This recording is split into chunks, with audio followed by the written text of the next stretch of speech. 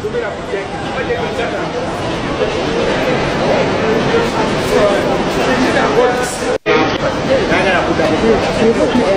that you put in the phone.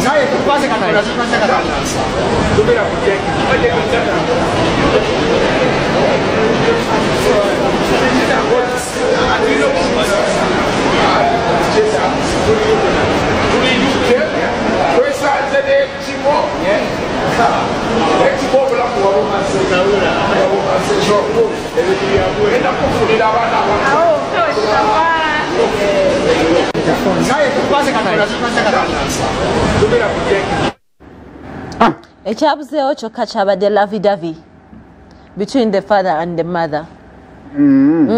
Ffe twagala tubirabeko ebyo nabyo tulabe nti abantu bano butuufu olaba akavidiyo ng'erinnyo likuli kungulu nga oli muwaawo mwagala waawo ataliwa mugwegwe omulimu gwe mwakwata kuwaawula mu bitali bya kubeera ambulance bitali bibyo kati ate ekyo kituleme naye nga yo bakyoseemu.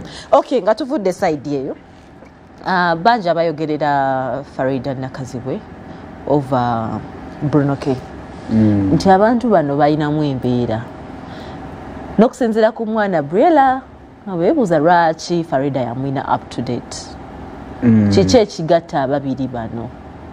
Emboozi netambula twafunyeko ku Farida oyo mu ka interview ke yabaddemu nannyonnyolera n'akyogerako enkolagana yaabwe ne Bruno K, how they made ajja atya mu bulamu bwe, Briella ajja atya mu bulamu bwe, speculations zonna ze tubadde nazo nazishatinga down. Mubadde mukyabiriko era ng'olusi wo wabaawo ekijja ojjukira kubanga wadde tavangayo okwogera kintu kyonna so nga tugamba my silence naye olusi answer. Akaza abaddugavu tebakula. Lwaki baddugavu? Farida Mbasa tumwebiri omuteekayo naye ng'ali mu mmeka no bbanga asibyewo.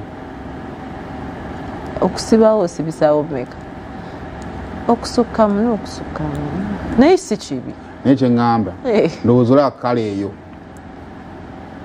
kati nakyo kyafu kati ndawusi kaimini Kalibala nsiri Kalibala ndi ku Farida anti nange tuteko Kalibala ye nga si wa kale eri nga naye muto naye ate ojja kusanga nga gundi amaanyi gatadde mu in that look oli sigateekamu adiiminga nnyo oba ontegeera ne kati nze mbadde kuwa black entontonkya yange kala ya black eyo muntu waaba tagigizeemu nnyo maanyi g'okulwawo kaddu kati ajja kutukira mu 5 mu 5 awajjo tulabirako yakwata mu kizigo yeeraliikiridde ekizigo bakoze olwo kale sooka agamba kale singa nasigala mu kala yange otuwe ku mboozi abambika